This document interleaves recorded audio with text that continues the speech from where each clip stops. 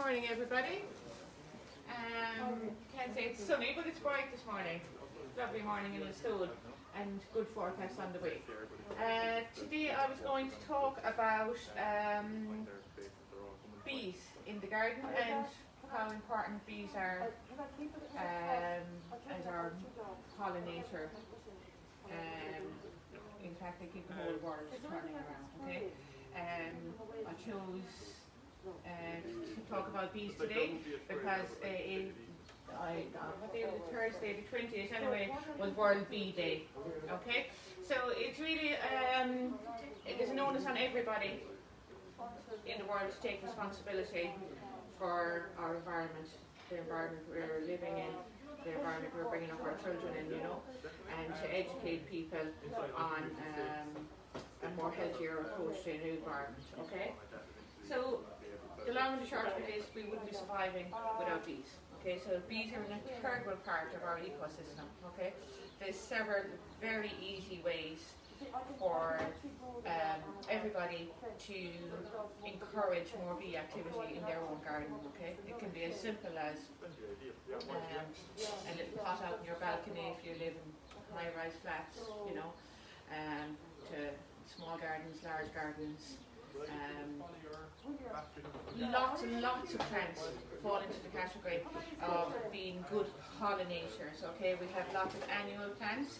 This little trailing million bells, Kerry or Braco.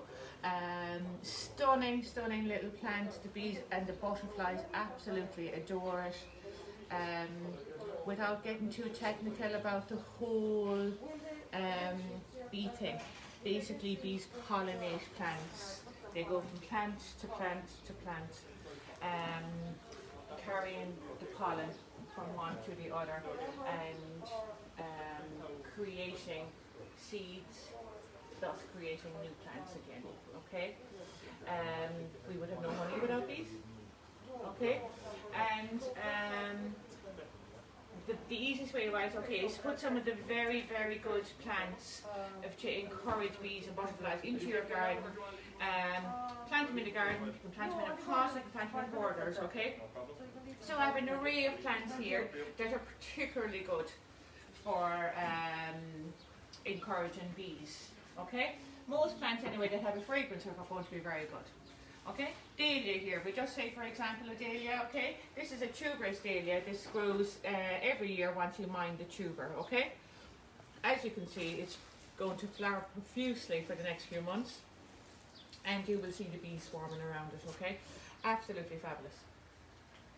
So the bees will be sitting in here and they'll, some of the pollen will stick to them and they'll waft them to an apple tree or a gooseberry bush, or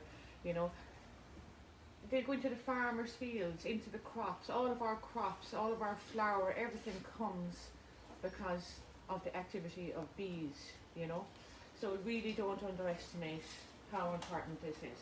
Okay, so like I said, now we have a dahlia and you have the bedding dahlias as well. They're just there for 1 year, they're good too. Okay, so absolutely fantastic, grown in a pot on its own, put into a border, no matter. Here we have, everybody's going to be familiar with the sunflower, okay? And this sunflower here, we have 1, 2, 3, 4, 5, 6, 7, 8 flower heads coming up on this. Like how many bees are going to pollinate and get pollen from that one little plant in this 1 year alone? It's going to be amazing, okay? So there are two and annuals. These are kind of treated like annuals, they're just bring colour to the garden for the summer. And if you mind the tuber, this one will come back. If you mind the seeds out of the sunflowers, you could feed them to the birds, or you can use them for planting next year, okay? Now, moving on here, then we have, here in the front, we have English lavender, and here we have French lavender. French lavender is always easy to identify by the flower because it has little wings on top, okay? Very easy to grow in Ireland, extremely frequent. The bees absolutely adore it, and they're very easy to grow. They love the sunshine. Okay, lavenders absolutely love a dry, sunny spot. Okay, but they grow every year. Okay, one of my new, it's not a new plant, but it's, you know, it's one of my newest favorites at the moment. Look at the colour of that flower. It's a salvia. Absolutely stunning. Very simple flower. Okay, what I mean by simple flower, it's not intricate. It's very easy accessible to the bees, just like here, look. And absolutely, I mean, if you could get this fragrance off of this one and this one here on the front, this salvia, is this hot lips, I think, or hot lips or Rye Rumble, yeah. Okay, so these are both salvias, right? They're both shrubby. They will grow in your garden every year. Okay. Striking colour flowers. I mean, this blue and that red is as red can be. It's blood red, you know. Absolutely fantastic addition to the garden. Very easy to grow, very reliable, and the bees absolutely adore it. Here in the back we have digitalis or foxglove. Okay, everybody would know them as like fairy thimbles. As you were growing up, you would have seen them in the countryside, in the ditches and stuff like that. Again, bee friendly. Gardening is good for you. A very, very important point. Okay, get out, fresh air, back to nature, all of this. So these foxgloves grow about a metre, 1.4 metres high maybe, and produce lots and lots of flowers along the stem, and again encourage lots and lots of bees into the garden. I have another plant and I must have dropped it somewhere. It's catmint Nepeta. So I don't have it here at the moment, but it's a brilliant plant for the pollinators. The last plant I have here at the moment is well, buddleia. Okay, buddleia is called a butterfly bush.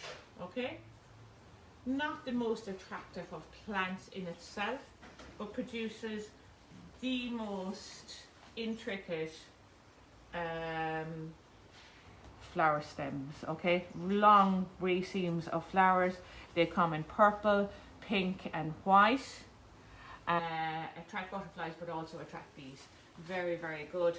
Feed the bee population for us and keep everything in our ecosystem working well. Okay, here we have just a few little bee products, because bees are such a big thing at the moment. It's a buzzword.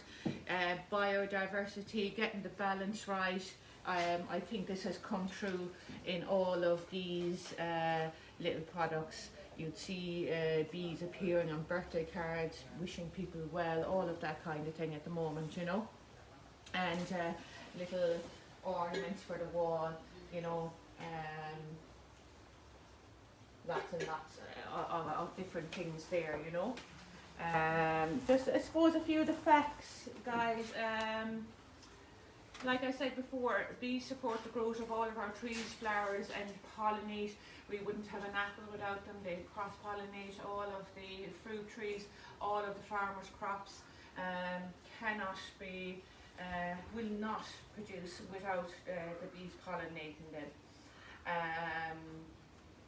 85% of all food crops are pollinated by our bees, okay? And bees pollinate all of the trees that grow in the countryside, hawthorn, whitethorn, you know, the sloes, all of those native plants or berries that you would see around the countryside that feed our birds for the autumn and winter time. That's where it comes from. It's from these bees buzzing around the place and keeping the whole cycle of life turning. Okay, we got a question in there and it was from Louise.